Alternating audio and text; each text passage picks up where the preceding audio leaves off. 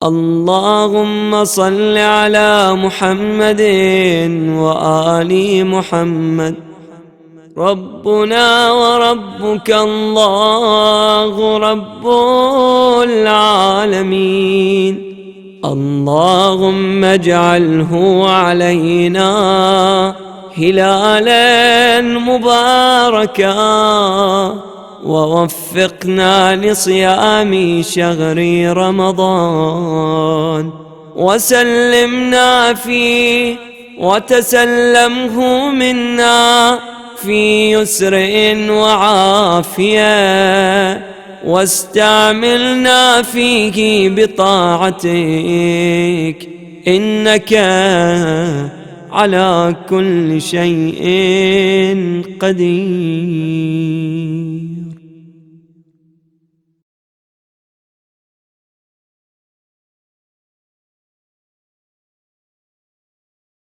Bismillahirrahmanirrahim. Alhamdulillah rabbil alamin. Assalamualaikum ayuhan nabi wa rahmatullahi wa barakatuh. Assalamu alayna wa ala ibadillahi salihin. Assalamualaikum jami'an wa rahmatullahi wa barakatuh. Alhamdulillah rabbil alamin. Bertemu kembali dalam channel Ngopi TV edisi The Prophetic Wisdom seri bulan suci Ramadan. Kali ini kita akan mengisahkan sepenggal hikmah, sepenggal mithal perumpamaan yang bisa kita ambil sebagai pelajaran dari kisah Nabiullah Musa alaihissalatu wassalam, seorang di antara nabi ulul azmi minar rusul. Dari menurut riwayat lebih ratusan ribu para nabi yang diturunkan, kemudian ada 25 yang populer dikisahkan, lalu ada lagi 5 yang menjadi atau yang digelari dengan ulul azmi minar rusul. Di antaranya adalah Nabiullah Musa alaihissalatu wassalam. Kisah tentang Nabi Musa ini selalu istimewa, dan semua ayat Al-Quran, semua kisah para nabi selalu istimewa. Izinkan saya untuk menyampaikan apa yang dimaksud dengan istimewa. Setiap kali kita menyebut istimewa dalam kajian-kajian kita, ia tidak bermaksud untuk meninggikan yang satu di atas yang lainnya. Keistimewaan adalah karunia khusus, karunia khas yang Allah Ta'ala anugerahkan bagi setiap tokoh itu, bagi setiap individu itu. Kasih sayang Allah Subhanahu wa Ta'ala meniscayakan bahwa setiap kita sebetulnya diistimewakan Allah Subhanahu wa Ta'ala. Setiap kita dimuliakan. Walaqad karramna bani Adam dalam Al-Quran, dan sungguh telah kami muliakan keturunan-keturunan Adam alaihissalatu wassalam. Itu artinya bagi setiap keturunan Nabi Adam ada kemuliaan yang Allah Ta'ala karuniakan, dan di antara kemuliaan itu adalah keistimewaan. Nah, Nabiullah Musa alaihissalatu wassalam juga punya keistimewaan.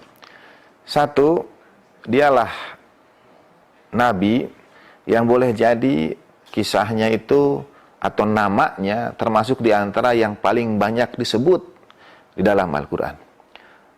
Al-Quran, seluruh Al-Quran adalah akhlak baginda Nabi sallallahu alaihi wasallam. Tetapi nama baginda Nabi dengan sebutan baginda Nabi Rasulullah Muhammad sallallahu alaihi wasallam misalnya dalam Al-Quran disebut sebanyak 4 kali.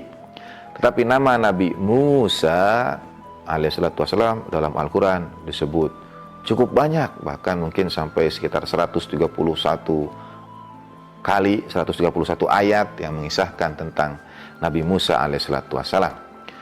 Dan Nabi Musa juga adalah kisah Nabi yang istimewanya, yang mungkin diantara begitu banyak kisah Nabi yang sampai pada kita, hanya sedikit yang kita ketahui kisah Nabi ini sejak lahirnya sampai kemudian bagian risalahnya, sampai kemudian ketika mengemban tugas kenabian. Kisah Nabi Musa kita tahu dari masa kecil Nabi Musa alaihissalam, seperti Nabi Isa alaihissalam.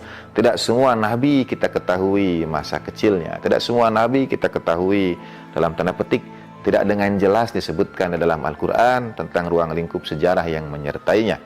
Meskipun tentu dalam hadis kemudian diceritakan lebih jauh tentang sejarah-sejarah para nabi itu.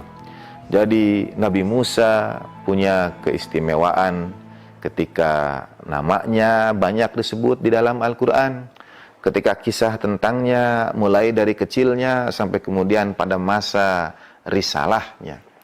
Dan ada banyak yang kemudian jadi pelajaran buat kita dari kisah Nabi Musa alaihissalatu wassalam. Mudah-mudahan dalam serangkaian kajian di bulan suci ini, beberapa di antaranya bisa kita bincangkan bersama. Nah, saya ingin mengambil kisah misalnya pada bagian ini tentang awal dari apa yang terjadi pada Nabi Musa alaihissalatu wassalam. Ketika yang kita tahu dalam cerita Nabi Musa, ketika malam Nabi Musa alaihissalatu wassalam dilahirkan, Fir'aun itu mendapatkan isyarat dalam mimpinya akan seorang sosok yang kemudian akan membawa kehancuran pada kerajaannya. Lalu dia perintahkan tentara-tentaranya, pasukan-pasukannya untuk mencari ke setiap pelosok bayi-bayi dari Bani Israel, dan diperlakukan sesuatu yang tidak wajar bagi mereka.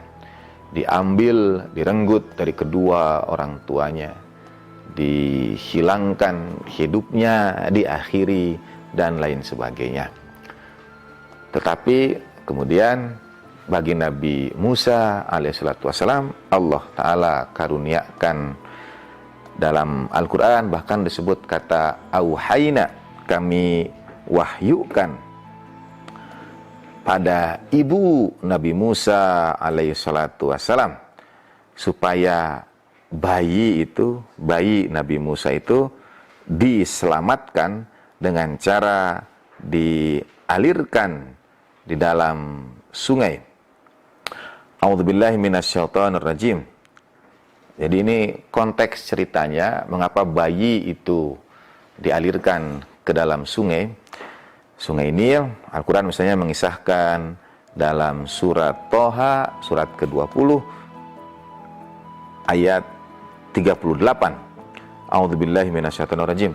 Idza uhaina ila ummika ma yuha. Yaitu ketika kami, dalam terjemahan Indonesia disebut kata kami ilhamkan.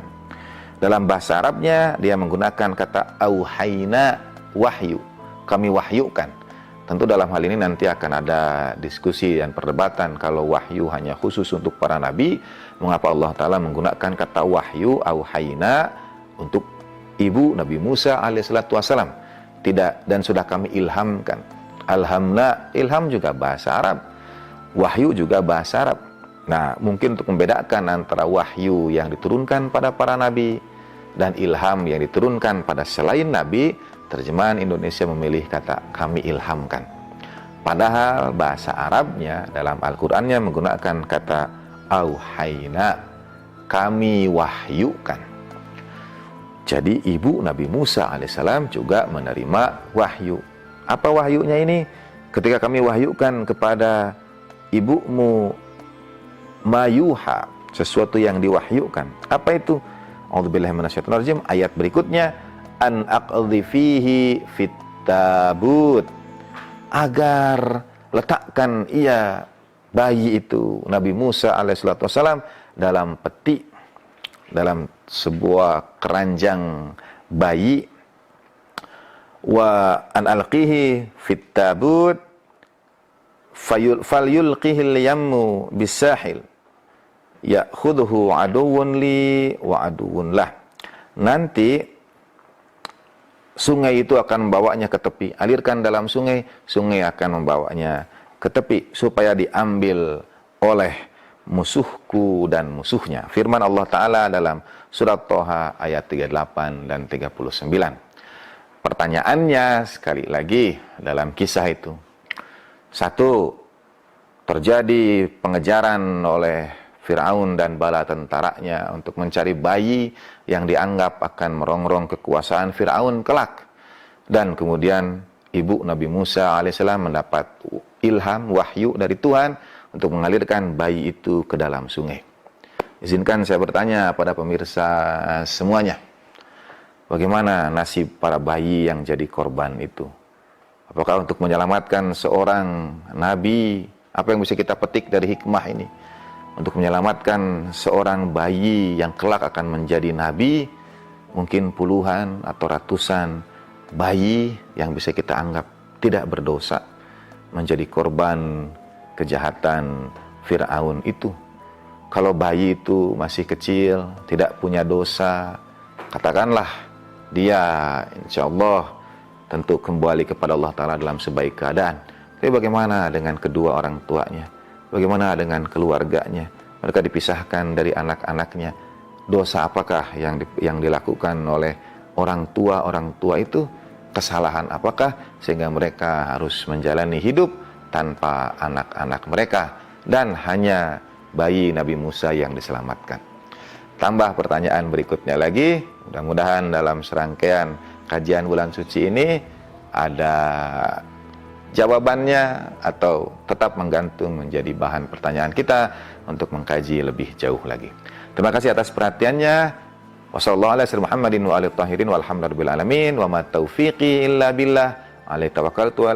Wassalamualaikum warahmatullahi wabarakatuh.